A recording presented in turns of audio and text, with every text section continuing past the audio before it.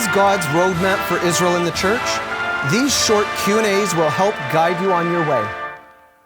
Is there any justification for Jews to live in the West Bank, the so-called settlers and settlements? This is a real hot-button issue for the current debates and for much of the criticism of Israel, the so-called illegal occupation.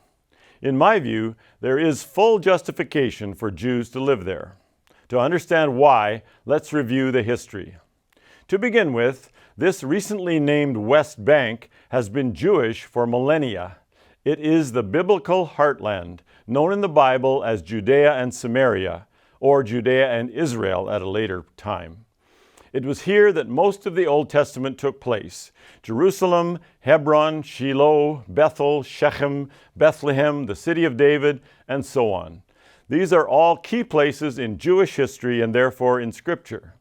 It was because of this millennia-old Jewish presence and sovereignty in the land that the victorious allies of World War I authorized the British Mandate for Palestine in 1920 to reconstitute the area as the Jewish homeland, to allow the Jews to come home.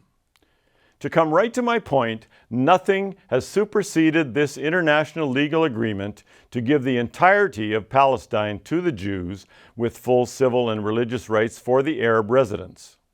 The British Mandate was ratified by the League of Nations in its covenant, recertified by the United Nations when it took over, and despite constant Arab pressure and terrorism, nothing has happened to change this. Despite numerous peace processes and multiple offers from Israel, the Palestinians have refused to sign a treaty to change the original situation. The Palestinians could have had a state in Judea and Samaria in 1948 if they had been willing to share Palestine with the Jews, but they weren't. They went to war, and the outcome was that Jordan occupied this territory and named it the West Bank. Jordan did nothing to create a Palestinian state during its occupation, which is a telltale sign that the real goal is not another Arab state, but rather to get rid of the Jewish one. In fact, that was the goal of the Six-Day War in 1967, round 2 of the Arab attempts to get rid of the Jewish state, round 1 being the 1948 War of Independence.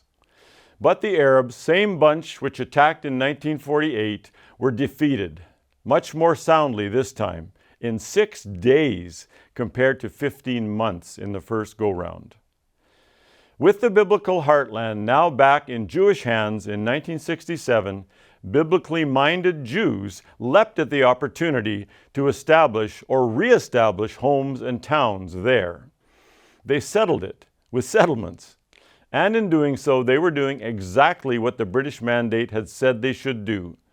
Article 6 of the British Mandate encourages close settlement by Jews on the land, including state lands and wastelands not required for public use, and that the international community should help them with this settlement.